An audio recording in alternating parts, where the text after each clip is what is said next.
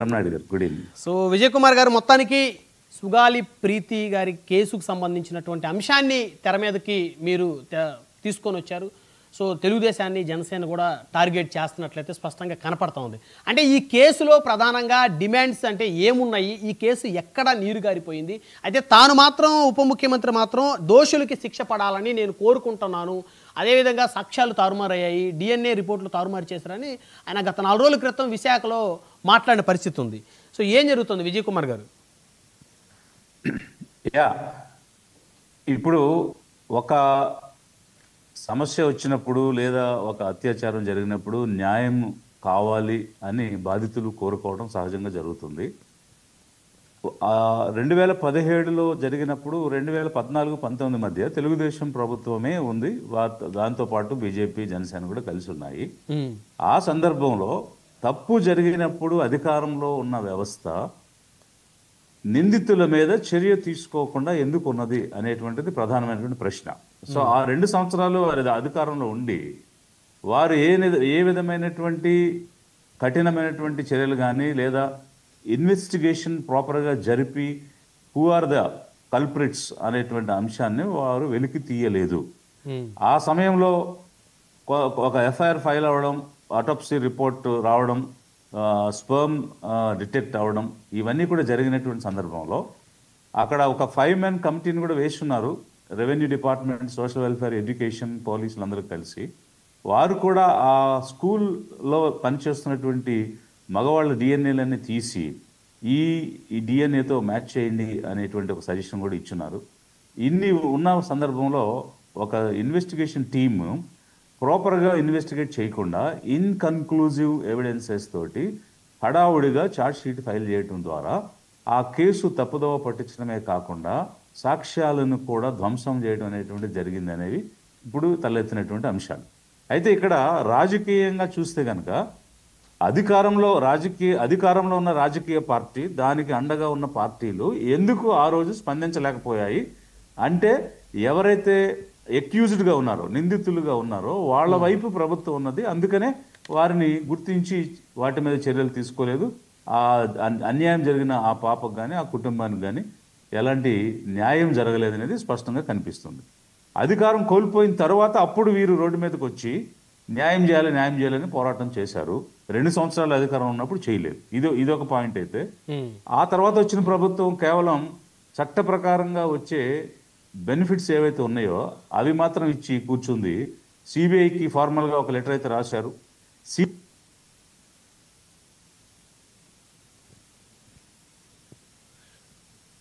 Right, Vijay Kumar గారి దగ్గర technical issue వచ్చినట్టుంది. సిబిఐ రిప్లై ఇచ్చింది. ఏమని ఇచ్చింది అని అంటే, ఇందులో ఇంటర్ స్టేట్ ఇష్యూ కానీ ఇంటర్నేషనల్ ఇష్యూ కానీ కాంప్లెక్సిటీ ఆఫ్ లా కానీ ఏమీ లేదు. మోరోవర్ అడిషనల్ ఎస్పీ ర్యాంక్లో ఉన్నటువంటి ఒక లేడీ ఆఫీసర్ దీన్ని చేశారు, ఛార్జ్ షీట్ కూడా ఫైల్ చేశారు. ఈ స్టేజ్లో మేము ఎంటర్ ఏం చేస్తామని ఒక లెటర్ రిప్లైగా ఇచ్చున్నారు. ఆ గవర్నమెంట్ దాన్ని కోల్డ్ స్టోరేజ్లో పడేసింది. నిందితుల మీద చర్యలు తీసుకోవడంలో ఆ ప్రభుత్వం కూడా విఫలమైంది. సో ఈ సందర్భంలో ఇప్పుడు మళ్ళీ మళ్ళీ అప్పుడున్న ప్రభుత్వమే మళ్ళీ అధికారంలోకి వచ్చింది. అయితే ఇక్కడ విజయ్ కుమార్ గారు అందరూ అడిగే ప్రశ్న ఏంటంటే, విజయ్ కుమార్ గారు గత 5 సంవత్సరాలు జగన్మోహన్ రెడ్డి గారి ముఖ్యమంత్రిగా ఉన్నటువంటి సమయంలో మరి ఆయన ఎక్కడా కూడా మీరు సుగాలి ప్రీతి గారికి సంబంధించినటువంటి కేసు అంశాన్ని ఎక్కడా కూడా ఎందుకు మాట్లాడలేదని జనసేన నాయకులు మిమ్మల్ని ప్రశ్నిస్తూ ఉన్నారు. ఏం చెప్తారు దానికి?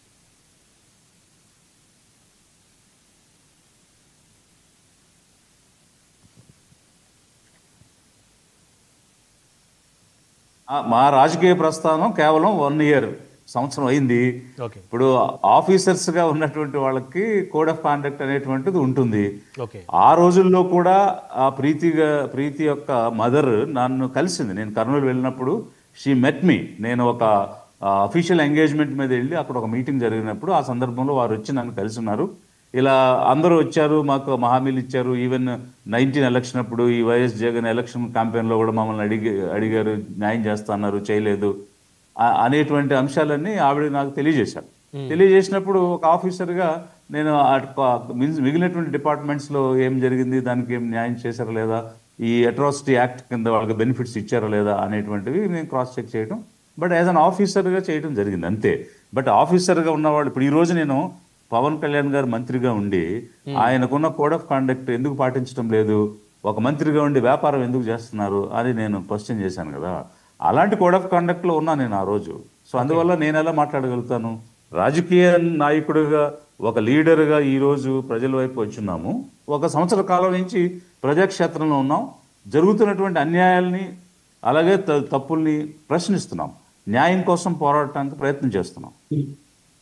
అయితే విజయ్ కుమార్ గారు, జగన్మోహన్ రెడ్డి గారు కొంతమంది ఆరోపణ ఏంటంటే జగన్మోహన్ రెడ్డి గారికి ఐఏఎస్ విజయ్ కుమార్ గారు అత్యంత సన్నిహితులు. సో జగన్ గారు డైరెక్ట్ చేస్తుంటే విజయ్ కుమార్ గారు డిప్యూటీ సీఎంని టార్గెట్ చేశారు అనేది చాలా మంది మాట్లాడుతున్నారు, కూటమికి సంబంధించినటువంటి నాయకులు.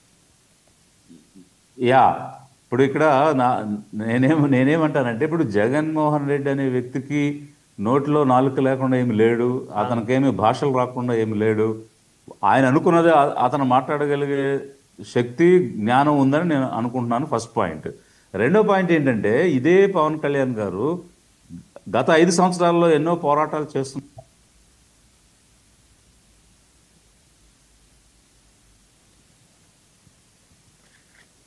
దత్తపుత్రుడు తెలుగుదేశానికి అనే కామెంట్ కూడా చేస్తున్నారు. మేమేమంటామంటే, ఈ రాష్ట్రంలో చంద్రబాబు నాయుడు గారు తెలుగుదేశం, జగన్మోహన్ రెడ్డి గారు వైసీపీ, ఇవి మాత్రమే పార్టీలు, మిగిలిన వాళ్ళు ఎవరో పార్టీలు కాదు.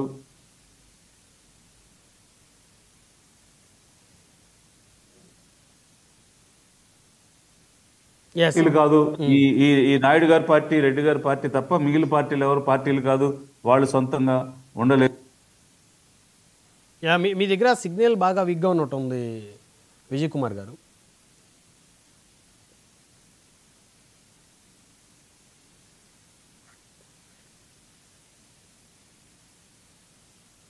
సార్ వినిపిస్తుందా నా వాయిస్?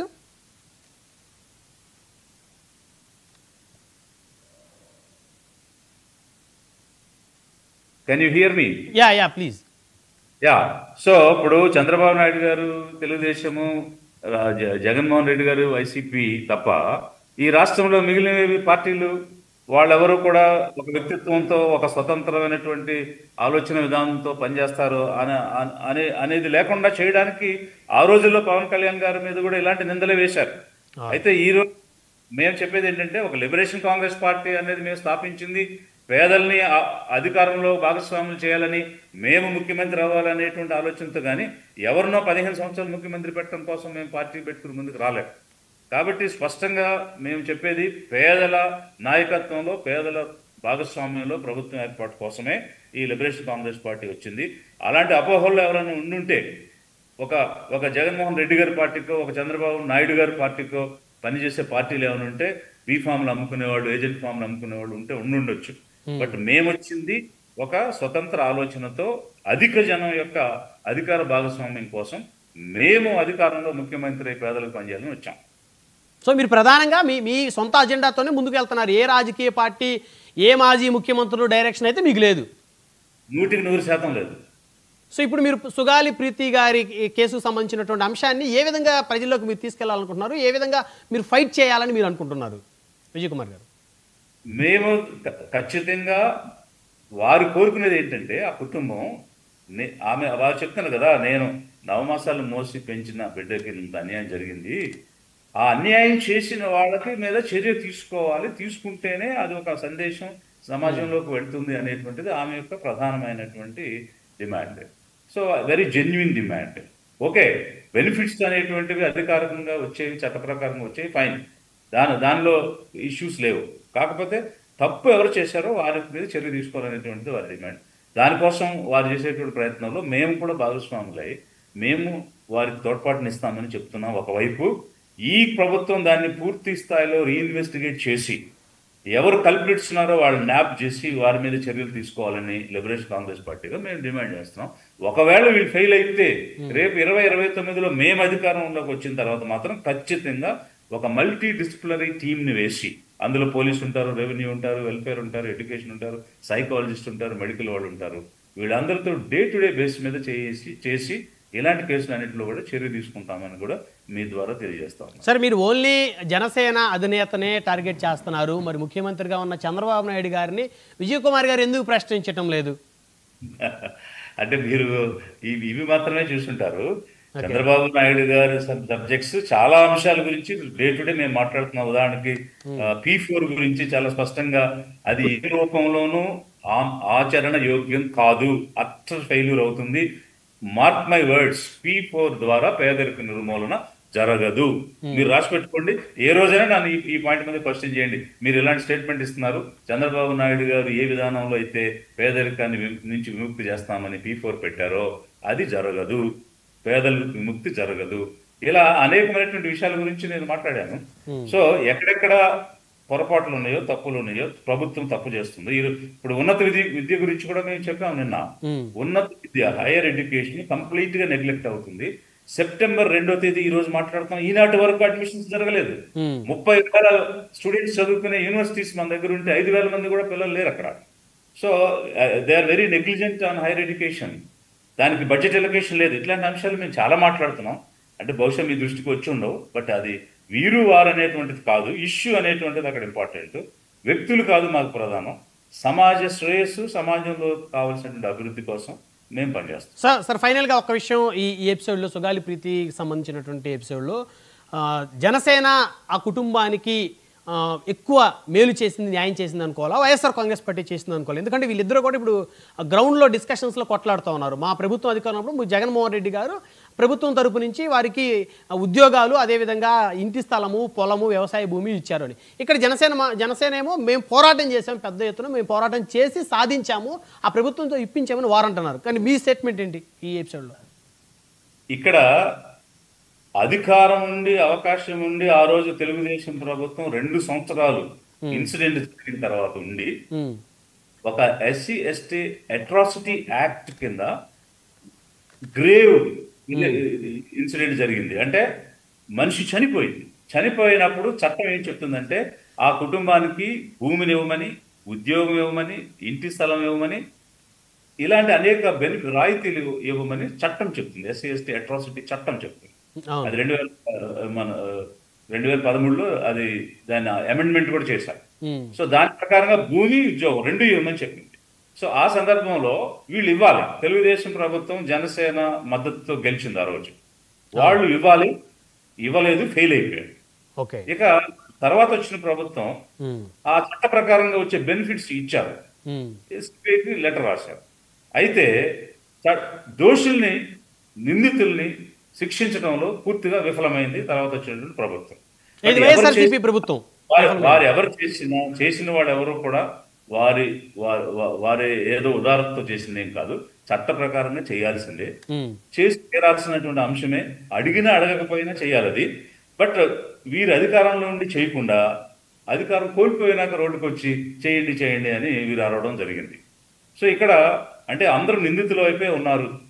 తెలుగుదేశం కానీ, వైసీపీ కానీ, జనసేన కానీ అందరూ కూడా 3 పార్టీలు నిందితుల వైపే ఉన్నారు. ఎస్, అందరూ నిందితుల వైపే ఉన్నారు. అందువల్లే శిక్ష పడలేదు. అందుకనే ఇన్వెస్టిగేషన్ తూట్లు పొడిచారు. రైట్. ధన్యవాదాలు విజయ్ కుమార్ గారు. రైట్, ఇక డిబేట్లోకి వెళ్దాం. సో మనతోటి జాయిన్ అయ్యారు తెలుగుదేశం పార్టీ నుంచి TDP state cultural wing president Narasimha Prasad గారు జాయిన్ అయ్యారు. అదేవిధంగా జనసేన పార్టీ సీనియర్ నాయకులు చందు సాంబశివరావు గారు జాయిన్ అయ్యారు. వైఎస్ఆర్ కాంగ్రెస్ పార్టీ నుంచి సీనియర్ నాయకులు మాజీ కార్పొరేషన్ చైర్మన్ కాకుమాన్ రాజశేఖర్ గారు జాయిన్ అయ్యారు. అదేవిధంగా మస్తాన్ రావు గారు సీనియర్ జర్నలిస్టు, వారు కూడా మనతోటి జుమ్కలో జాయిన్ అయ్యారు. రైట్, ముందుగా చందు సాంబశివరావు గారితో మాట్లాడదాం. చందు సాంబశివరావు గారు నమస్తే అండి.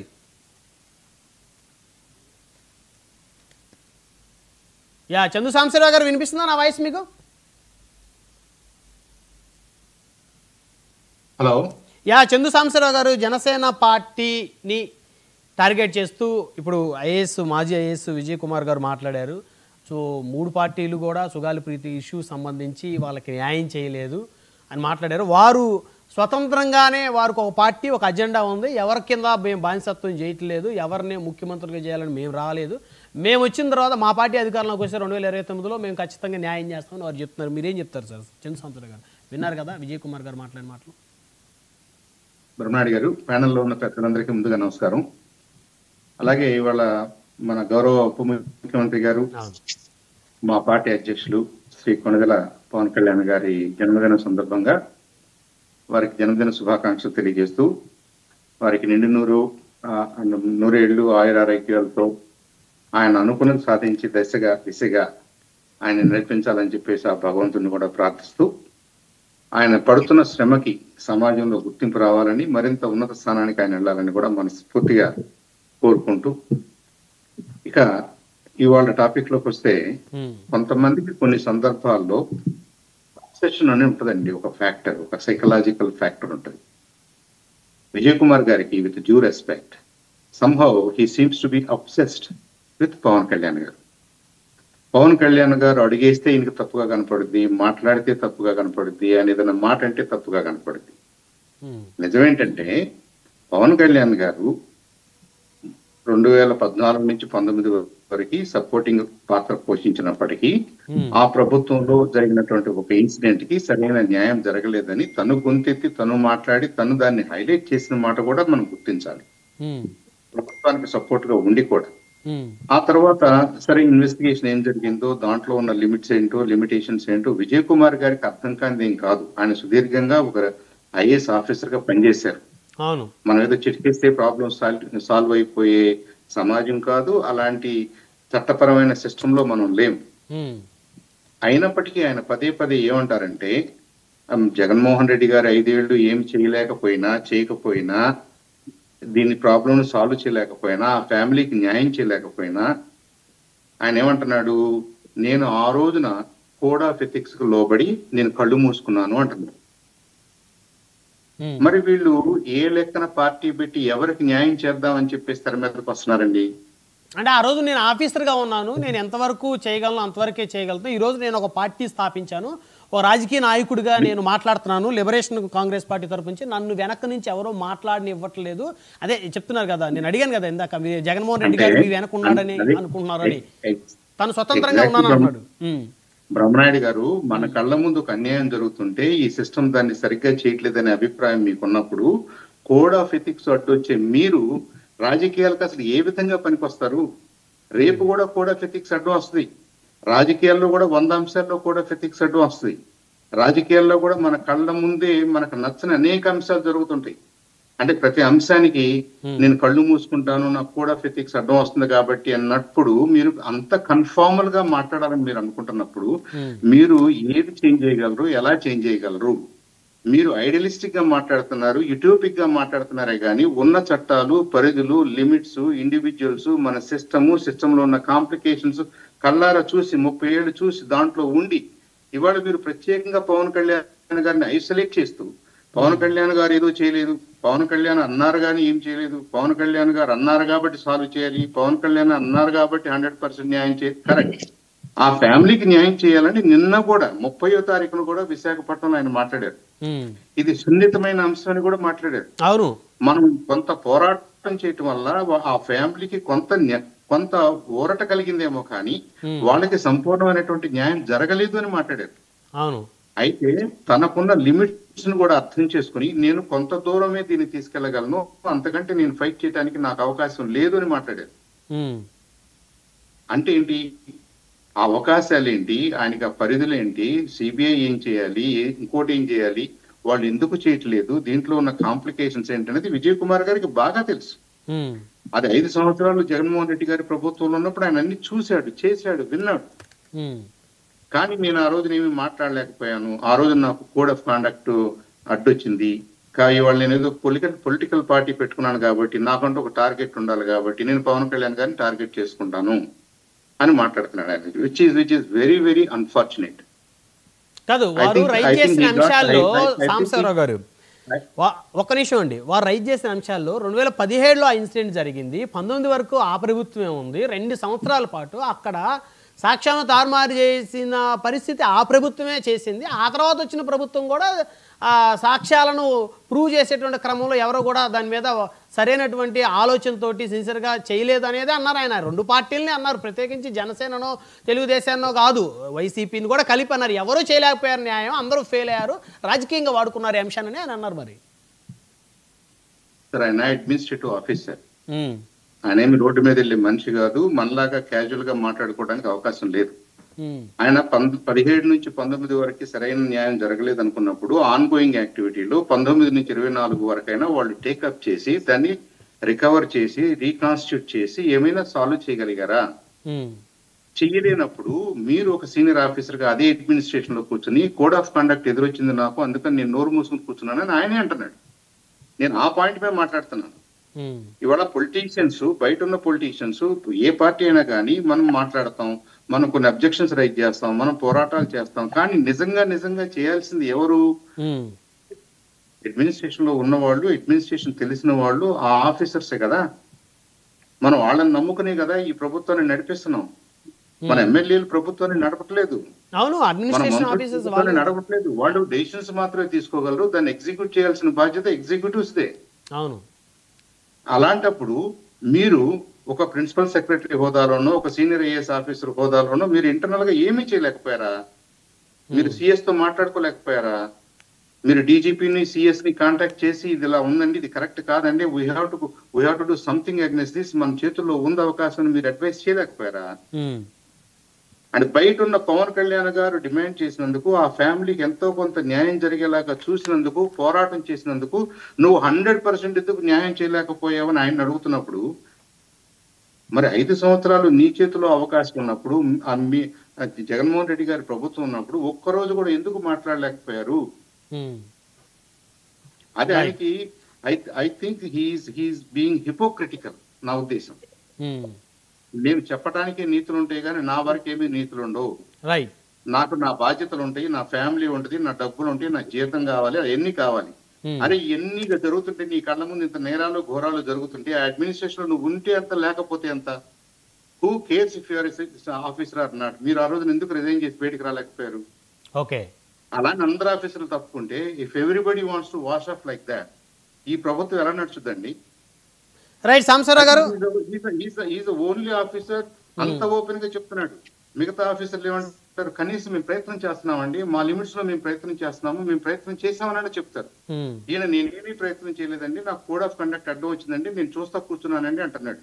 మీరు చూస్తా కూర్చున్నప్పుడు మీరు 5 సంవత్సరాలు ఈ ప్రజలకి, మరి ముఖ్యంగా మీరు ఇవాళ రైట్ చేస్తున్నటువంటి ఆ అమ్మాయికి, ఆ ఫ్యామిలీకి మరింత అన్యాయం చేశారు. మీరు కూడా డైరెక్ట్ గా అన్యాయం చేశారని నేను ఆరోపిస్తున్నాను.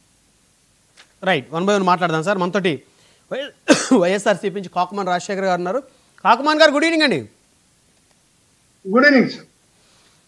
సో మొత్తాన్ని సజ్జల రామకృష్ణారెడ్డి గారు మళ్ళీ చాలా రోజుల తర్వాత తెలుగుదేశాన్ని టార్గెట్ చేశారు.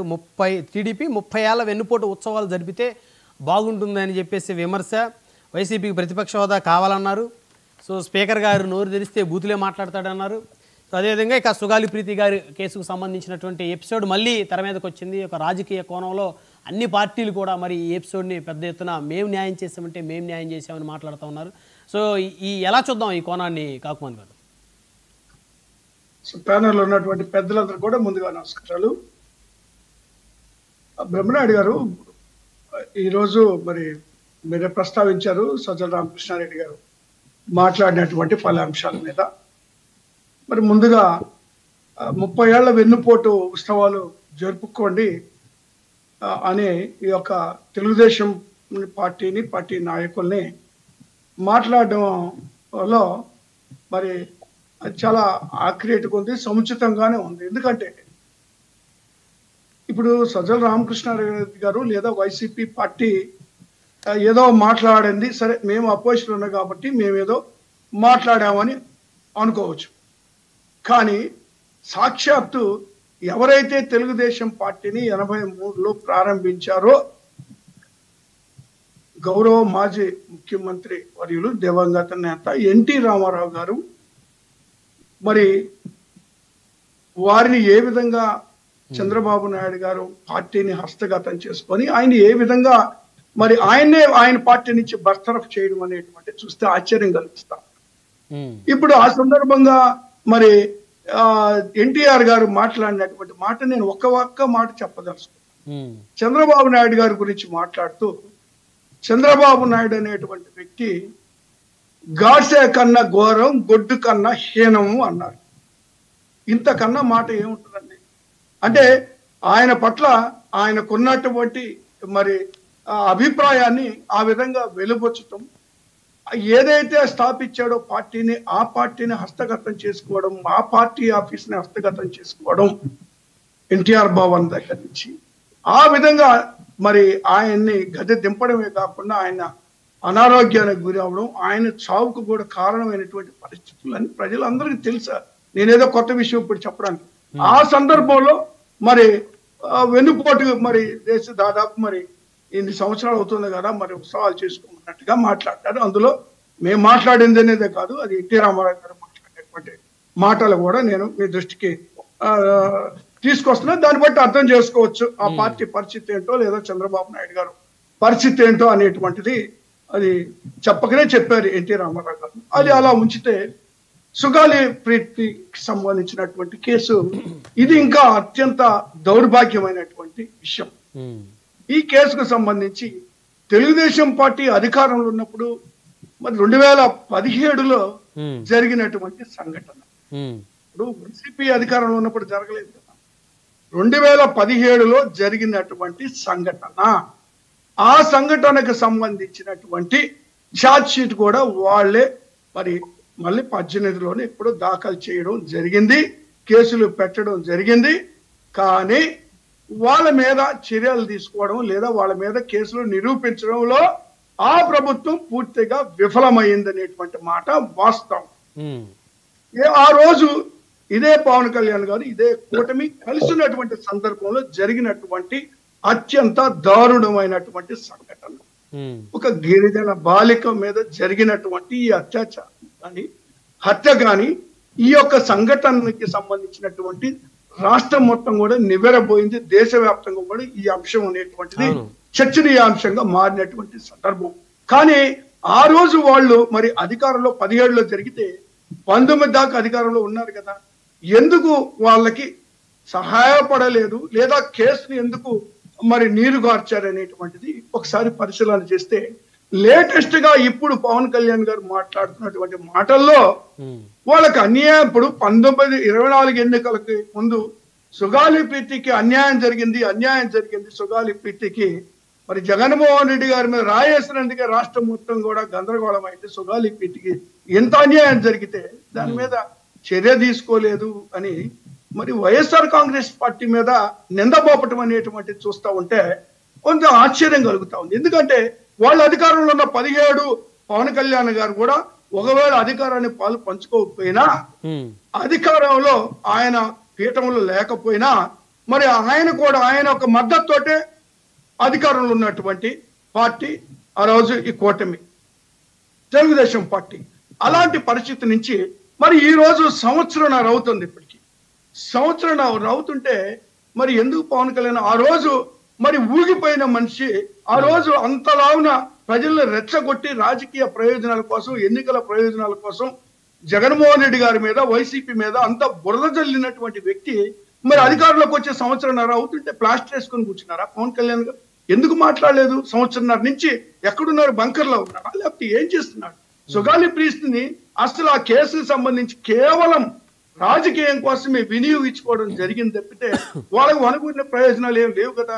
జగన్మోహన్ రెడ్డి గారు మళ్ళీ వైఎస్ఆర్ కాంగ్రెస్ పార్టీ అధికారంలోకి వచ్చిన తర్వాత మరి వాళ్ళకి 5 ఎకరాలు భూమి ఇవ్వటమే కాకుండా 5 సెంట్లు మరి స్థలం ఇవ్వటమే కాకుండా కేసుని సిబిఐకి వచ్చడం అప్పచెప్పడమే కాకుండా మరి ఆర్థికంగా కూడా ఆదుకొని మరి వాళ్ళకి మరి అండగా నిలబడి ఉద్యోగం కూడా కల్పించే కుటుంబానికి అండగా నిలబడ్డటువంటి జగన్మోహన్ రెడ్డి విమర్శ చేయడమే కాకుండా మేము పోరాటం చేస్తే వచ్చిందని చెప్పుకోవడానికి సిగ్గుగా లేదా అని అడుగుతున్నాను నేను ఏ జనసేన పార్టీకి లేదా పవన్ కళ్యాణ్. ఎందుకంటే వాళ్ళ చేతులు అధికారం ఉన్నప్పుడు చేయలే, 17లో జరిగింది. అది వదిలిపెట్టి ఇప్పుడు అధికారంలోకి వచ్చిన తర్వాత మరి సంవత్సరంన్నర అయినా కూడా ఆ బిడ్డ తల్లి బయటకు వచ్చి వికలాంగురాలైనా కూడా బయటకు వచ్చి ఈ రోజు మరి గొంతిప్పి అడుగుతా ఉన్నా కూడా దానికి సరైనటువంటి సమాధానం ఇవ్వలేని పరిస్థితుల్లో ఈ కూటమి ఉంది. ఈ రోజు పవన్ కళ్యాణ్ గారు డిప్యూటీ సీఎం గా ఉన్నారు. ఆయన చేతుల్లో ఆయన ఏది చెప్తే అది జరిగేటువంటి పరిస్థితుల్లో ఈ రోజు ఉంది. అదే కాకుండా ఏదైతే వైఎస్ఆర్ కాంగ్రెస్ పార్టీ మరి సిబిఐకి అప్పచెప్పిందో ఆ సిబిఐకి అప్పచెప్పినటువంటి కేంద్ర ప్రభుత్వం కూడా ఈ రోజు వీళ్ళ కనుసనలోనే నడుస్తుంది, వీళ్ళ మద్దతుతోనే నడుస్తుంది. వాళ్ళ మనుషులు మరి ఇక్కడ ఉన్నారు బీజేపీ వాళ్ళు అధికారం పంచుకుంటున్నారు, వీళ్ళు అక్కడ పంచుకునే పరిస్థితులు చూస్తా ఉంటే మరి ఎందుకు సిబిఐని కూడా ఎందుకు త్వరితగతిన కేసుని తేల్చలేకపోతా ఉన్నారు? పవన్ కళ్యాణ్ గారు మాట్లాడుతుంటే ఇంకొక విచిత్రమైనటువంటి మాట మరి చూస్తా ఉంటే ఈ డిఎన్ఏని తారుమారు చేశారు అని మాట. ఎవరు తారుమారు చేశారు? మీరు అధికారంలో ఉంది 17 నుంచి జరిగిన సంఘటనలు జరిగిన తర్వాత 2 సంవత్సరాలు 3 సంవత్సరాలు జరిగిన మీరు అధికారంలో ఉన్నప్పుడు మరి తారుమారు ఎవరు మీరు చేసి ఉండాలా, లేదా తెలుగుదేశం పార్టీ చేసి ఉండాలా, లేదా బీజేపీ చేసి ఉండాలా, లేదా ఈ సంవత్సరం అధికారంలో ఉన్నప్పుడు మరి ఎవరు చేశారు? మీరు ఈ యొక్క డిఎన్ఏ టెస్టులు మరి చెయ్యవలసిన డిఎన్ఏ టెస్టులు చెయ్యవలసిన వాళ్ళకి కూడా చెయ్యకుండా ఇది కేవలం హడావుడిగా కార్యక్రమాన్ని కేసుని మూటేయాలనేటువంటి ఉద్దేశంతో ఆ రోజు డిఎన్ఏ టెస్టులు కూడా సరైనటువంటి విధంగా సరైనటువంటి పద్ధతిలో సరైనటువంటి వ్యక్తులకి చేయకుండా కేవలం మసిపూసి మారేడుకాయ చేసి కేసుని ఏ ఒక విధంగా మూటబెట్టాలా లేదా ఈ కేసుని క్లోజ్ చేయాలనేటువంటి ఆలోచనతో చేశారు తప్పితే మరి మేము వచ్చిన తర్వాత సిబిఐకి ఇచ్చాం, దాన్ని నడిపించమనండి. కానీ మీ చేత ప్రెజర్ చేసి మీ ప్రభుత్వాన్ని మేము సాధించాము అనేది జనసేన వాళ్ళు చెప్తా ఉన్నది. సాంబశివరావు గారు అంతేనండి. ఇప్పుడు నేను ఒకటి అడుగుతున్నాను, మీరు బ్రహ్మనాయుడు గారు ఎంత సిగ్గు చేటైందండి ఈ మాట మాట్లాడడానికి? సిగ్గుపడాలా? ఎందుకంటే వాళ్ళు అధికారంలో ఉన్నప్పుడు ఇవ్వకుండా మేము అధికారంలోకి వచ్చిన తర్వాత మేమిస్తే మళ్ళీ వాళ్ళు ఇప్పుడు అధికారంలోకి వచ్చిన తర్వాత వాళ్ళు ఏం చేస్తున్నారు? అపాయింట్మెంట్ ఇవ్వమనండి, ఆ తల్లికి అపాయింట్మెంట్ ఇవ్వమనండి పవన్ కళ్యాణ్ గారిని. రాజశేఖర్ గారు ఇవ్వని పరిస్థితులు ఉంటే ఇప్పుడు ఏ విధంగా చెప్పండి? ఏ విధంగా వాళ్ళు డిమాండ్ చేస్తే మేం చేయడం ఏంటి? వాళ్ళు అధికారంలో ఉన్నప్పుడు ఎందుకు చేయలేదు? అసలు డిమాండ్ చేసే పరిస్థితి వాళ్ళు ఎందుకు వచ్చారు? వాళ్ళు అధికారంలో ఉంది, వాళ్ళు ఇవ్వాలి కానీ వాళ్ళు దిగిపోయిన తర్వాత మేము అధికారంలోకి ఇస్తే వీళ్ళ డిమాండ్ ప్రకారం మేము ఇచ్చామా? ఏమండి ఇది? ఒక్క నిమిషం సమయం తక్కువగా ఉంది. రాజశేఖర్ గారు ఒక్క నిమిషం. చందు సాంబశివరావు గారు ఇప్పుడు వారు అడిగిన ప్రశ్న సమాధానం చెప్తారు మీరు. మేమిస్తే మీ వల్ల ఏదో మేమిచ్చామని మీరు ఎలా ప్రచారం చేసుకుంటారని ఇప్పుడు వైసీపీ అడుగుతా ఉంది జనసేన అధినేత. Short and sweet question Brahmanaidu గారు. సార్ 17 నుంచి 19 వరకు ఇనిషియల్ ఇన్వెస్టిగేషన్ జరిగింది, అది ఒక కంక్లూజివ్ రిమార్క్ రాలేదు, మేబీ కంప్లీట్ గా న్యాయం జరగలేదనే భావన అందరిలో ఉంది. 19 నుంచి 24 వరకు 5 సంవత్సరాలు ఫుల్ టర్మ్ జగన్మోహన్ రెడ్డి గారికి ఉంది, వైఎస్ఆర్ పార్టీకి ఉంది. అంటే 19 వరకు తెలుగుదేశం పార్టీలో వాళ్ళు చేయలేకపోయారు కాబట్టి మీరు ఇగ్నోర్ చేశారా? మీకు ప్రాబ్లం సాల్వ్ అయినట్టుగా కనపడిందా? మీకు ప్రాబ్లం గా కనపడలేదు? అది ఏదో కంపెన్సేషన్ ఇచ్చేస్తే కేసు మొత్తం క్లోజ్ అయిందని అనుకున్నారా మీరు? మళ్ళీ పవన్ కళ్యాణ్ గారు ఎందుకు అడుగుతున్నారేంటి? మీరు వదిలేశారు కాబట్టి 5 సంవత్సరాలు మళ్ళీ అడగాల్సిన పరిస్థితులు వచ్చినాయి కాబట్టి ఎలక్షన్స్ ముందు అడిగారు. ఇవాళ ఆయన ఎక్స్ప్లెయిన్ చేస్తున్నాడు, ఈ 5 సంవత్సరాల్లో 7 సంవత్సరాల్లో ఏదేదో జరిగిపోయింది, ఇప్పుడు మళ్ళీ స్టోరీ అంతా ఎత్తుకోవాల్సి వస్తుంది, చాలా సెన్సిటివ్ గా తయారైంది, నాకు కొన్ని లిమిట్స్ ఉన్నాయని ఆయన ఒప్పుకున్నాడు. మీరు 5 సంవత్సరాలు మీరు ఏం చేశారని రాజశేఖర్ గారు మళ్ళీ వచ్చి పవన్ కళ్యాణ్ గారు అడుగుతున్నారు. అడిగినందుకు పవన్ కళ్యాణ్ గారు అడుగుతున్నారు కానీ చేయనందుకు మీరు ఎందుకు బాధపడలేదు? మీరు 5 సంవత్సరాలు ఏమీ చేయలేకపోయామన్న విషయాన్ని ఎందుకు ఒప్పుకోలేకపోతున్నారు? సరే అది ఓకే, సరే ఆ విషయం పక్కన పెడితే ఆ కుటుంబానికి నష్టపరిహారము వైసీపీ క్రెడిటా జనసేన క్రెడిటా? ఒక విషయం చెప్పండి సాంబశివరావు గారు, ఆ కుటుంబానికి ఇచ్చిన నష్టపరిహారం వైసీపీ క్రెడిటా జనసేన క్రెడిటా? సార్ ఆ టైంలో ఇచ్చారు, దాన్ని ఎకనాలజీ చేస్తున్నాం మనం దాని మీద ఒత్తిడి తీసుకొచ్చాము. 2 లక్షల మందితో ఉద్యమం చేశాం కాబట్టి ప్రభుత్వం కూడా తలొక్కింది, మా ఇంటర్ప్రిటేషన్. కాదండి మేము అలా ఏం చేయలేదు, మేము చట్ట ప్రకారంగానే మేము చేయాలనుకున్నాము, ఒక రోజు వెనక ముందుగా మేము చేసేవాళ్ళం అనుకుంటే చేయొచ్చు వాళ్ళు, నేను కాదంటలేదు. కానీ ఉద్యమం చేసిన తర్వాత కనుక చేస్తే మీరు ఏమంటారు దాన్ని? మీరు ముందు చేస్తుంటే ఉద్యమం అవసరం లేకుండా ఉండేది, అప్పుడు పవన్ కళ్యాణ్ గారు దాని గురించి మాట్లాడాల్సిన అవసరం లేదు. 1 మినిట్ రాజశేఖర్ గారు నెక్స్ట్ మళ్ళీ, ఎందుకంటే తెలుగుదేశం వారితో మాట్లాడాలి.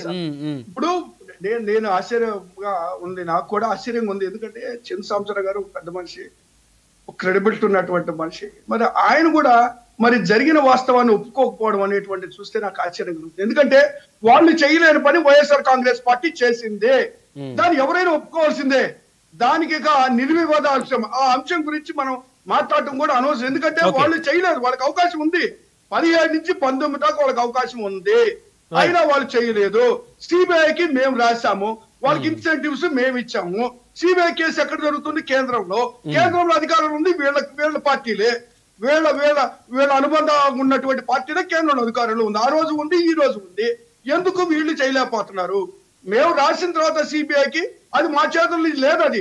అది సిబిఐకి వెళ్ళిన తర్వాత కేంద్ర సంస్థ కేంద్ర పరిధిలోకి వెళ్ళి. రైట్, రాజశేఖర్ గారు మళ్ళీ మాట్లాడదాం. ఒకటండి రాజశేఖర్ గారు, మీకు ఎవరికి తెలియదేం కాదు, కోర్టుకి ఎవిడెన్స్ కావాలి, కోర్టుకి ఎవిడెన్స్ కావాలి, ఎమోషన్స్ తో పని ఉండదు. చట్టాలకి ఇప్పుడు న్యాయస్థానం ముందు ఎవిడెన్స్ ప్రూవ్ చేయగలిగితేనే, ఎవరైతే ఇన్వెస్టిగేషన్ అధికారులు ఎవిడెన్స్ని ప్రూవ్ చేయగలిగితేనే దోషులకు శిక్ష పడేది. సో కోర్టు ఎమోషన్స్ని బేస్ చేసుకొని తీర్పులు ఇవ్వదు. కాబట్టి ఇది ఒక దురదృష్టకరమైన పరిస్థితి.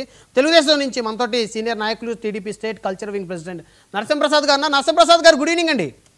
Sir good evening sir. మీకు ప్యానెల్లోని పెద్దలకి, మన ప్రేక్షకులందరికీ గుడ్ ఈవినింగ్ సార్.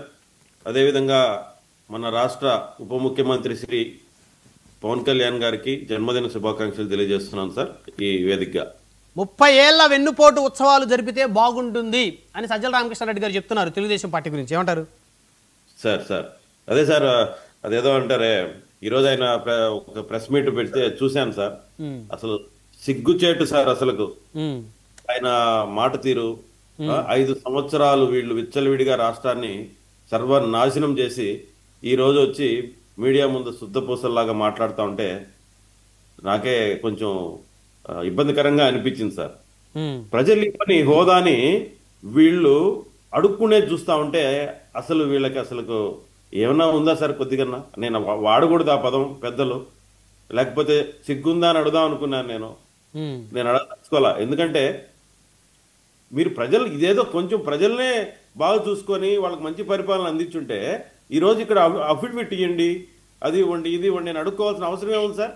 ఒక పక్క స్పీకర్ గారు ఆయన్ని ఏదేదో అంటారు మాటలు, బట్ ఆయన ఒక అఫిడవిట్ ఇవ్వాలని అడుక్కుంటారు. ఏమన్నా అర్థం ఉందా సార్? అందుకే అధికారం ఇచ్చినప్పుడు ప్రజలు ఒళ్ళు దగ్గర పెట్టుకొని పరిపాలన చేస్తే ఇలాంటి అవసరాలు ఉండవు అనేది నా అభిప్రాయం. ఇదంతా సజ్జల గారికి. మిగతా విషయాలు వస్తే నేను దాదాపు 40 నిమిషాల నుంచి వెయిట్ చేస్తున్నాను సార్. ఇక్కడ పెద్దలందరూ మాట్లాడారు. ఆయన ఐఏఎస్ విజయ్ కుమార్ గారు మాట్లాడారు. ఈరోజు రాజకీయ నాయకులుగా అవతారం ఎత్తిన తర్వాత నేను కూడా ఆయన ఏదన్నా ఉంటారేమో డిబేట్ లో ఆయన 2 క్వశ్చన్లు వేద్దామని నేను కూడా అనుకుంటాను. బట్ ఆయన ఉపన్యాసం ఇచ్చి వెళ్ళిపోయారు ఆయన. కాకపోతే పెద్దలు సాంబశివరావు గారు చాలా చక్కగా కౌంటర్ ఇచ్చారు ఆయనకి. నేను తృప్తి పడినాను. లేకపోతే ప్రతి ఒక్కరూ రాజకీయాలు మాట్లాడటం తప్ప ప్రజల మీద ఏదైనా కొంచెమన్నా ప్రేమగా అనిపిస్తా ఉందా సార్? మాట్లాడకూడదా ఏంటి నరసింహప్రసాద్ గారు? మాట్లాడాలి సార్, మాట్లాడాలా. కానీ దానికి ఒక శాంటిటీ ఉండాలా. రేపు దాన్ని ఎవరన్నా క్వశ్చన్ చేస్తారే, దానికి మనం ఎట్లా దాన్ని మనం జవాబు చెప్పుకోవాలనేది కూడా ఆలోచించాలా. ఆయన అన్నట్టు గతంలో ఆయనకి ఏదో అడ్డంకులు వచ్చాయంట అధికారంలో. ఆయన ఉద్యోగంలో ఉన్నాడు కాబట్టి ఆయన కోడ్ ఆఫ్ కాండక్ట్ ఏదో అడ్డం వచ్చిందంట. ఇప్పుడు మాట్లాడుతున్నాడంట. అంటే అది ఇంక అవసరం కాబట్టి, రాజకీయ నాయకుడు అవసరం ఎత్తాడు కాబట్టి ఇప్పుడు విమర్శించాలి. అది నేను అడిగాను కదా మీకు, అంటే మీరు ఆ రోజు ఎందుకు మాట్లాడలేదు, ఈ రోజు ఎందుకు మాట్లాడుతున్నారు అనేది. కోడ్ ఆఫ్ ఎథిక్స్ అంటాడు ఏమన్నంటే. అందుకే సార్ నేను చెప్పేది, ఫస్ట్ మానవుడిగా మాట్లాడితే, సాటి మనిషిగా మాట్లాడితే దానికి ఏ కోడ్ ఆఫ్ ఎథిక్స్ అవసరం లేదు. ఫస్ట్ మనిషిగా మాట్లాడాలి ఎవరైనా. సమాజంలో మనం ఒక సభ్యుడిగా అనుకుంటే ఇవన్నీ అవుతాయి. ఇదే విషయంగా మనం మాట్లాడుతున్నాం. చిన్నారి సుగాలి ప్రీతి గారి విషయం మనం బిడ్డ 8 సంవత్సరాలుగా ఇది వింటూనే ఉన్నాం. కాకపోతే సార్ బాధాకరం సార్, ఇలాంటివి 1-2 సంఘటనలు ఎందుకు కొలిక్కి రాకుండా ఆగిపోయిన విషయాలుగా నేను గుర్తించాను సార్. ఇది సుగాలి ప్రీతి విషయంలో కావచ్చు.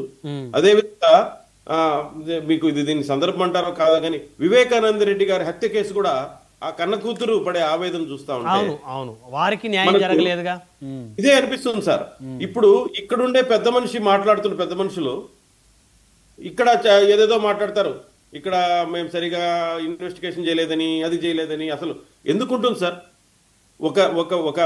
ఒక చిన్న ఆడబిడ్డ ఆ విధమైన దారుణమైన పరిస్థితుల్లో ఉంటే ఒక ముఖ్యమంత్రిగానో లేకపోతే ఒక మంత్రిగానో లేకపోతే ఆ పార్టీకి మద్దతు ఇచ్చే వాళ్ళుగానో దాన్ని నిర్లక్ష్యం చేయాలని అనుకుంటారా? అనుకోరు కదా, అనుకోరు. కొన్ని ఎక్కడో టెక్నికల్ గా కొన్ని ఇబ్బందులు ఆగిపోతాయి కొన్ని ఇష్యూస్. అలాంటి దాంట్లో ఇది కూడా ఒకటని నా అభిప్రాయం సార్. ఈ మధ్య కూడా మీరు చూశారు, గత 1-2 నెలల క్రితం గండికోట దగ్గర ఒక ఆడబిడ్డ చనిపోయిన పరిస్థితి. ప్రతిరోజు మాకు కూడా ఆ జిల్లా వాసిగా మాకు కూడా ఆవేదన ఉంది. ఎందుకు ఇది ఎవిడెన్స్ ఎక్కడ ఆగిపోయింది, ఎక్కడ దొరికిపోయింది? అంత తెలివి మీరిపోయిన సమాజంలో ఉన్నాం సార్. నిందితులు కూడా అంటే అఘాయిత్యాలు చేసే వాళ్ళు కూడా చట్టానికి లేకపోతే ఈ యొక్క ఇన్వెస్టిగేషన్ కు దొరకకుండా బిహేవ్ చేసే పరిస్థితుల్లో ఇలాంటి 1-2 కేసులు మనకు చిక్కుముడిగా మిగిలిపోయాయని నా అభిప్రాయం ఉంది.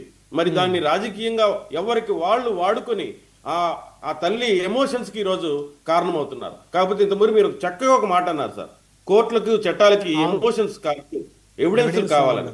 ఆ ఎవిడెన్స్ కలెక్షన్ లో ఎక్కడో మనం నిర్లక్ష్యమా, లేకపోతే అది యాదృచ్ఛికమా, లేకపోతే అది నిజంగానే నిందితుల యొక్క మితిమీరిన తెలివితేటల వల్ల దాన్ని మనం పట్టుకోలేకపోతున్నామా అనే దగ్గర కొన్ని ఇష్యూస్ జరిగిపోతున్నాయి.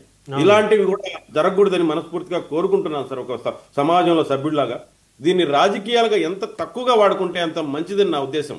కాకపోతే ఇప్పుడు ఎవరు ఆడుకుంటున్నారంటారు? ఎవరైనా కూడా ఇప్పుడు జరిగేది అదే కదా. ఇప్పుడు కొత్తగా పార్టీ పెట్టాను వచ్చిన పెద్ద మనిషి కూడా ఏం చెప్పాడు, మేము అధికారంలోకి వస్తే నేను ముఖ్యమంత్రి అయితే అంటున్నాడు తప్ప ఇప్పుడు ఆయన దగ్గర ఏం సమాధానం ఉందో చెప్పలేదే.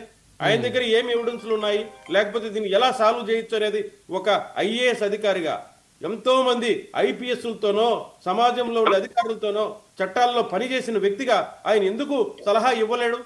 ఇక్కడ మీరు ఆగిపోయారు ఇన్వెస్టిగేషన్, దీన్ని ఇక్కడ చేయండనో లేకపోతే ఇక్కడ తప్పు జరిగిందనో ఎందుకు చెప్పలేకపోతున్నాడు? నేను ముఖ్యమంత్రి అయితే 2029లో దీన్ని ఏదో చేస్తానంటాడు ఆయన. అంటే ప్రతి ఒక్కరూ దీన్ని రాజకీయంగానే వాడుకుంటారు తప్ప ఆ తల్లిదండ్రులు లేకపోతే ఆ బిడ్డకు న్యాయం జరగాలంటే ఇది సరైన పద్ధతి కాదని నా మనవి.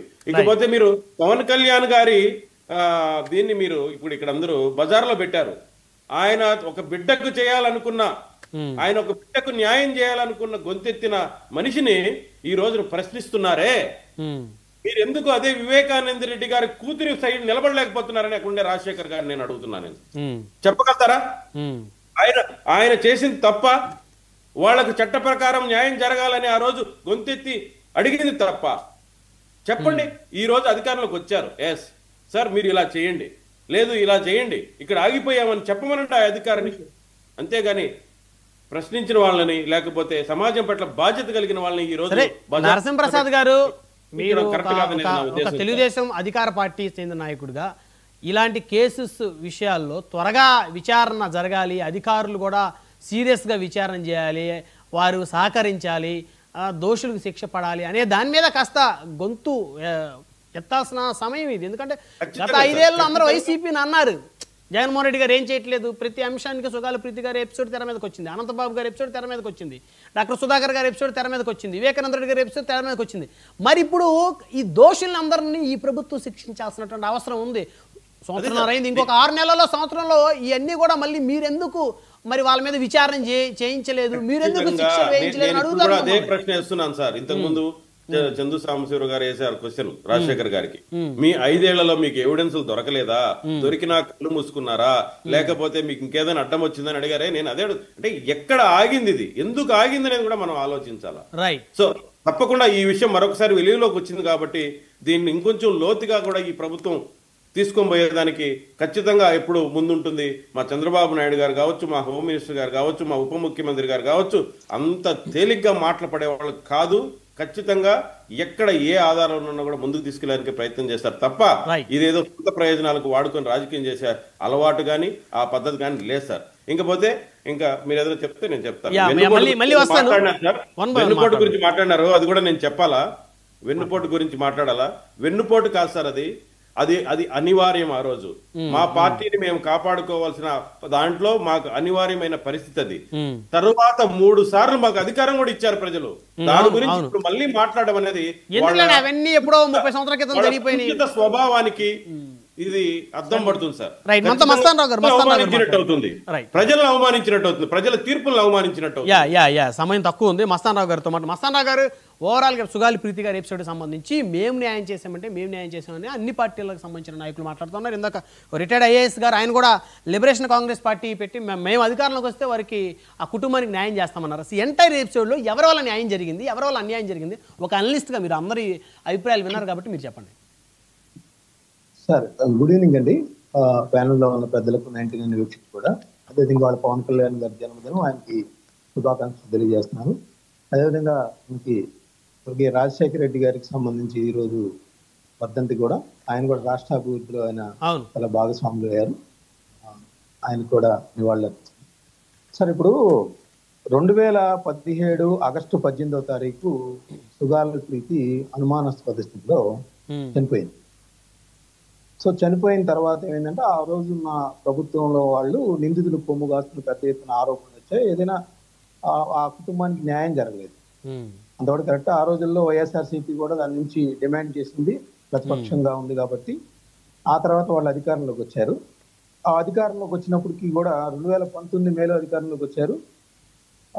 ఆ తర్వాత కూడా సకాలంలో న్యాయం జరగకపోవడంతో పవన్ కళ్యాణ్ లాంటి వ్యక్తులు నేను చెప్పాలంటే 2020 ఫిబ్రవరి 12వ తారీఖున ఆయన కర్నూలులో సుగాలి ప్రీతి కుటుంబానికి న్యాయం చేయాలని పెద్ద ఎత్తున ర్యాలీ చేశారు పవన్ కళ్యాణ్ గారు. ఇప్పుడు 2020 ఫిబ్రవరి 12 అంటే అప్పటికి సంవత్సరం కావస్తుంది జగన్మోహన్ రెడ్డి గారు అధికారంలోకి వచ్చి. అప్పటి నుంచి ఆయన ఒత్తిడి పెంచారు. ఒత్తిడి పెంచిన నేపథ్యంలో 2021 నవంబర్ 13వ తారీఖున సుగాలి ప్రీతి కుటుంబానికి సంబంధించి 5 ఎకరాల పొలము, 5 సెంట్ల ఇంటి స్థలము ప్రభుత్వం ఇచ్చింది. అంటే 2020 నవంబర్ 2.5 సంవత్సరాలు అయింది జగన్మోహన్ రెడ్డి గారు అధికారంలోకి వచ్చి. 2.5 సంవత్సరాలు అయిన తర్వాత మధ్యలో పవన్ కళ్యాణ్ గారు లాంటి వాళ్ళు వెళ్ళి అక్కడ ఉద్యమించి ర్యాలీలు చేసి అవన్నీ జరిగిన తర్వాత వచ్చింది. అయితే నేనేమంటానంటే అసలు జగన్మోహన్ రెడ్డి గారు కానీ పవన్ కళ్యాణ్ గారు కానీ ఈ న్యాయం జరగడానికి కారణం అని కూడా నేను చెప్పను. ఎందుకంటే ఎస్సీలు కానీ ఎస్టీలు కానీ ఏదైనా ఇట్లాంటి అరాచకాలకు దౌర్జన్యాలకు గురైన సందర్భంలో వాళ్ళకి చట్టం రక్షణ కల్పిస్తా ఉంది. ప్రభుత్వాల బాధ్యత అది. పవన్ కళ్యాణ్ గారు గుర్తు చేసి ఉండొచ్చు, జగన్మోహన్ రెడ్డి గారు 2.5 సంవత్సరాల తర్వాత ఇచ్చి ఉండొచ్చు, కానీ అవేమి వాళ్ళ చేతుల్లో ఇచ్చినవి కాదు. అది చట్టం రక్షణ వాళ్ళ సొంత డబ్బులేం కాదు, ప్రభుత్వం అంటే ఇవ్వాలి, ప్రభుత్వం తరపు నుంచి ఇచ్చారు. అయితే 17 ఎక్కడ కాదు ఈ 2 ఏళ్లలో ఎందుకు ఇవ్వలేదని అడిగే వాళ్ళకి ఏం చెప్తారు? 17లో ఇన్సిడెంట్ జరిగింది, 19 దాకా 19 జూన్ జూలై వరకు చంద్రబాబు నాయుడు గారు ముఖ్యమంత్రిగా ఉన్నారు. అప్పుడు ఎందుకు ఇవ్వలేదు అంటే మేము ఇచ్చాం కదా అనేది వాళ్ళు క్లెయిమ్ చేసుకుంటున్నారు. దాన్ని తప్పంటారా? లేదు, ఖచ్చితంగా తెలుగుదేశం పార్టీ అక్కడ రెస్పాన్సిబిలిటీ వహించాల్సిందే. 2017 నుంచి 19 మధ్య ఆ కేసు విషయంలో నిర్లక్ష్యం ప్రదర్శించిన బాధ్యత తీసుకోవాల్సిందే తెలుగుదేశం పార్టీ. దానిలో అనుమానం ఏం లేదు. అప్పుడు జగన్మోహన్ రెడ్డి గారికి కూడా అవకాశం వచ్చింది కదా, ఆ కుటుంబానికి న్యాయం చేయమని డిమాండ్ చేశారు ఆయన కూడా. అప్పుడు ఆ తర్వాత అధికారంలోకి వచ్చారు, కానీ వచ్చిన తర్వాత ఆయనకి 2.5 ఏళ్ళు పట్టింది. మధ్యలో మళ్ళీ పవన్ కళ్యాణ్ గారు టేకప్ చేశారు. సో ఇప్పుడు ఏమైంది? ఇప్పుడు చూస్తే ఏమైంది? ఆ నిందితులకు సంబంధించి సాక్ష్యాధారాలు చెరిపేశారని రకరకాలుగా ఇప్పుడు పవన్ కళ్యాణ్ గారు ఒక వివరణ ఇచ్చారు. లేదా సుగాలి ప్రీతి తల్లి గారు మాట్లాడుతూ మా ఎవరైతే హంతకులు ఉన్నారో ఖచ్చితంగా వాళ్ళకి శిక్ష పట్టడంలో జాప్యం జరుగుతుంది, వీళ్ళు అధికారంలోకి వచ్చి నెలలు గడుస్తున్నప్పుడు కూడా నిర్లక్ష్యం ప్రదర్శిస్తున్నారు అంటా ఉన్నారు. దీనిలో మళ్ళీ ఏరుకుంటా ఉన్నారు. మళ్ళీ రాజకీయాలు పోయినాయి. 17లో 2 పార్టీలు 3 పార్టీలు ఆడుతుంది. మళ్ళీ 19 నుంచి 22 మధ్య ఇంకో 2 పార్టీలు అదే కేసు విషయమై ఎలివేట్ చేశాయి. మళ్ళీ ఇప్పుడు ఇంకో పార్టీ, ఇప్పుడు ఆయన కాంగ్రెస్ లిబరేషన్ కాంగ్రెస్ అన్నారు, అదే విధంగా వైఎస్ఆర్. ఆయన చూడండి, విజయ్ కుమార్ గారి మాటలకు నేను ఒప్పుకోనండి. ఆయన ఏమంటారు? పవన్ కళ్యాణ్ గారు డిలే చేశారు, ఓకే, ఆయన నిలదీయండి, మీరు పవన్ కళ్యాణ్ గారు నిలదీయండి. జగన్మోహన్ రెడ్డి నిలదీశారని జగన్ మాట అనే మాట మాట్లాడారా? ఆయనకి ఏదో భయం కనిపిస్తుంది. నేను అడిగాను కదా, మీ వెనక జగన్మోహన్ రెడ్డి గారు ఉండి మిమ్మల్ని ఇలా చేపిస్తున్నారని కూటమి నాయకులు మాట్లాడుతున్నారని అడిగితే నా వెనక ఎవరూ లేరు, నేను స్వతంత్రంగా బయటకు వచ్చాను, పార్టీ పెట్టుకున్నాను, ప్రజల కోసం మాట్లాడుతున్నారు. జగన్ గారి ప్రభుత్వం అనే మాట ఆయన నోటి నుంచి మీరు చెప్పించగలిగారా? ఎందుకు చెప్పించలేకపోయారు? ఇప్పుడు అదే కేసు తీసుకుందాం మనం. వివేకానంద రెడ్డి గారు జగన్ గారు బాబాయ్, అవును, అధికారంలో రాగానే న్యాయం చేస్తా ఉన్నారు. 5 ఏళ్ళలో చేశారా అంటే జగన్ గారు ఏమన్నా నిందితులతో కొమ్ము కాశారనా? కాదు కదా. అక్కడ సాక్ష్యాధారాలు రకరకాల ఫ్యాక్టర్స్ పనిచేస్తా ఉంటాయి. అవును, అవన్నీ ఉంటాయి. ఇప్పుడు రాజశేఖర రెడ్డి గారు చనిపోయారండి, రిలయన్స్ వాళ్ళు చంపేశారని అన్ని రిలయన్స్ మాల్స్ కూడా గుంటూరులో కూడా పగలగొట్టారు. అవును, అప్పట్లో కూచిపూడి సాంబశివరావు గారని జెడ్పీ చైర్మన్ ఆయన. తర్వాత రాగానే మళ్ళీ అంబానీ గారిని తీసుకొచ్చి మనం ఆయన చెప్పిన దానికి రాజ్యసభ ఇచ్చాం. మనం కుప్పక్కయ్యారంటామా మనం? అప్పుడు పరిస్థితులు వేరే, ఇప్పుడు పరిస్థితులు వేరే. మనం ఎక్కడంటాం మనం? దానికి దీనికి ఇప్పుడు జరగాల్సింది ఏంటి? ఆ కుటుంబానికి న్యాయం జరగాలి. అది అన్ని పార్టీలు కలిసి ఏమైనా రిప్రజెంట్ చేయొచ్చు, లేదంటే సిబిఐ మీద ఒత్తిడి తేవచ్చు, లేకపోతే పవన్ కళ్యాణ్ గారే వెళ్ళి స్వయంగా సిబిఐ డైరెక్టర్ని కలవచ్చు వాళ్ళ నమ్మకం పాదుకొల్పడానికి, లేదా జగన్మోహన్ రెడ్డి గారు కూడా ఉద్యమించచ్చు. అందరికి చేయాల్సింది మనందరం కోరుకుంటానండి. ఆ అమ్మాయి 10వ తరగతి అపవం శుభం తెలియని అమ్మాయి అనుమానాస్పద స్థితిలో ఏ విధంగా ముచ్చింది, అంతకులు ఎక్కడున్నారు? ఇప్పుడు ఆయన చెప్పారు, జగన్ గారు, పవన్ కళ్యాణ్ గారు, చంద్రబాబు గారు ముగ్గురు నిందితులు కొమ్ము కాస్తున్నారని చెప్పారు. మీరు విన్నారా ఇందాక విజయ్ కుమార్ గారు? అవును అవును అన్నారు. ముగ్గురు కూడా 3 పార్టీలు అన్నారు. ఎలా మరి చెప్తే పోయేది? చంద్రబాబు ఎలా కొమ్ము కాస్తున్నారు, పవన్ కళ్యాణ్ గారు ఎలా కొమ్ము కాస్తున్నారు, లేకపోతే జగన్మోహన్ రెడ్డి గారు ఎలా కొమ్ము కాస్తున్నారు నిందితులకి అనేది చెప్పాల్సిందే. ఆయన ప్రజలందరూ తెలుసుకునేవాళ్ళు. ఆయన నేను అధికారంలో ఉన్నప్పుడు అంటే ఆయన బయటికి రావాలి. చాలా మంది ఐఏఎస్లు వాళ్ళ ముందు కళ్ళెదురుగా అన్యాయం జరుగుతుంటే ఉద్యోగాన్ని ఎడంకాలతో దాన్ని వచ్చేసారు. ఆయనేమో ఆయన అధికారం అనుభవించాడు, ఇప్పుడు వచ్చిన తర్వాత ఏమో రూల్స్ మాట్లాడతారు. ఎట్లా కుదిరింది? ప్రజలకు అన్యాయం జరుగుతున్నప్పుడు ఇండియన్ అడ్మినిస్ట్రేషన్ లో నువ్వు ఎప్పుడైనా రాష్ట్రపతి దగ్గరికి తీసుకెళ్లావా? ఉంది. సర్వీస్ రూల్స్ లో మీ ఎదురుగా ప్రభుత్వం తప్పు చేస్తా ఉంటే మీరు రాష్ట్రపతికి లేఖ రాయొచ్చు. రాజ్యాంగం అధికారం కల్పించింది. అంటే అంత సాహసం చేస్తారా సార్? ఎందుకు చేయకూడదు? అంటే చేసిన వాళ్ళు బహుశా ఒక 10 ఏళ్ల నుంచి మన ఎవరి నుంచి చూడాల ప్రభుత్వానికి వ్యతిరేకంగా ఇప్పుడు ఆయన ఇప్పుడు నిలదీస్తున్నారు.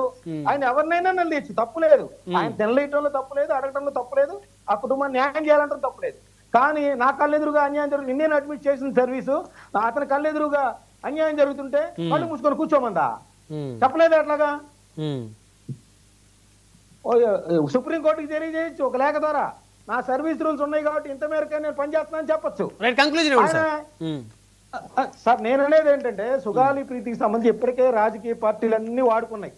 ఇప్పుడు ఆ వాడుకుంటాం రాజకీయాలని వదిలేసి ఆ సిబిఐ ఆమె ఏదైతే కోరుకుంటుందో ఆ సిబిఐ వెంటనే రంగంలోకి దిగి ఆల్రెడీ అక్కడ సిబిఐ ఇప్పుడు చూస్తా ఉన్నాం ఎట్లా కేసులు గ్రిల్ చేస్తుందో.